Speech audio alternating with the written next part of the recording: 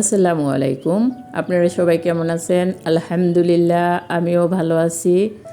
আজকে আমি আমার একটা পছন্দের খাবার রান্না করব, আপনারা সাথেই থাকুন। ভিডিওটা না টেনে দেখতে থাকুন। আজকে করল্লা দিয়ে শোল মাছ রান্না করব, আমার খুব পছন্দের খাবার। সাথে একটা আলুও কেটে দিব। করল্লা, আলু আর পেঁয়াজ আমি কেটে নিচ্ছি। শোল মাছটা আমি আগে কেটে ধুয়ে পরিষ্কার করে রেখে দিছি।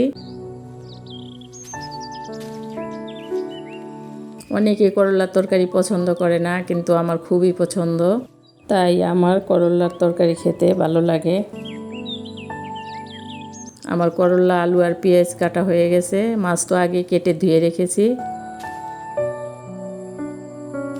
এবার আমি একটা কড়াইয়ের মধ্যে দিয়ে দিলাম তেল, দিয়ে দিলাম পেঁয়াজ কুচি। এবার পেঁয়াজগুলো আমি একটু ভেজে নিব।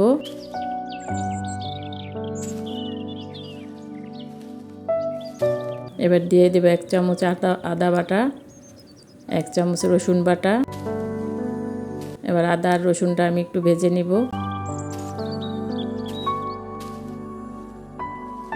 এবার আমি দিয়ে দিলাম 1 চামচ হলুদ গুঁড়া, 1 চামচ মরিচ গুঁড়া, দিয়ে দিলাম 1 চামচ ধনিয়া গুঁড়া। এবার যাতে মশলাটা পুড়ে না যায়, এবার দিয়ে দিব সামান্য পানি। এবার পানি দিয়ে আমি মশলাটা একটু কষিয়ে নিব।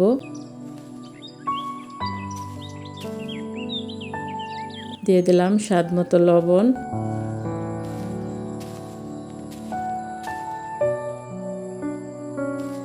মশলাটা আমার কষানো হয়ে গেছে। ধুয়ে রাখা মাছগুলো আমি দিয়ে দিলাম। মাছগুলো একটু কষিয়ে নিব।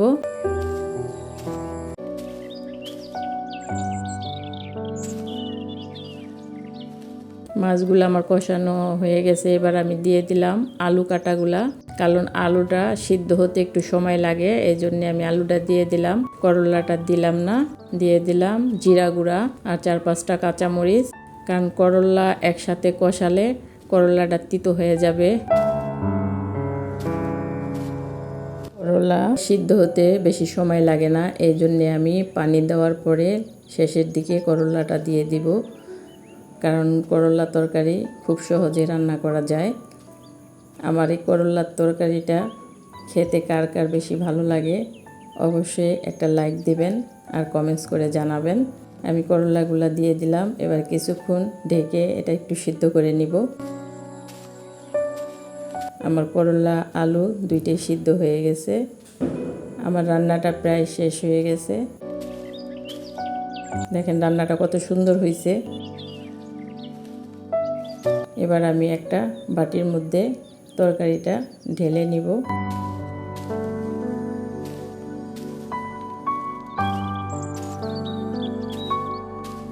বাটির মধ্যে ঢালা হয়ে গেছে।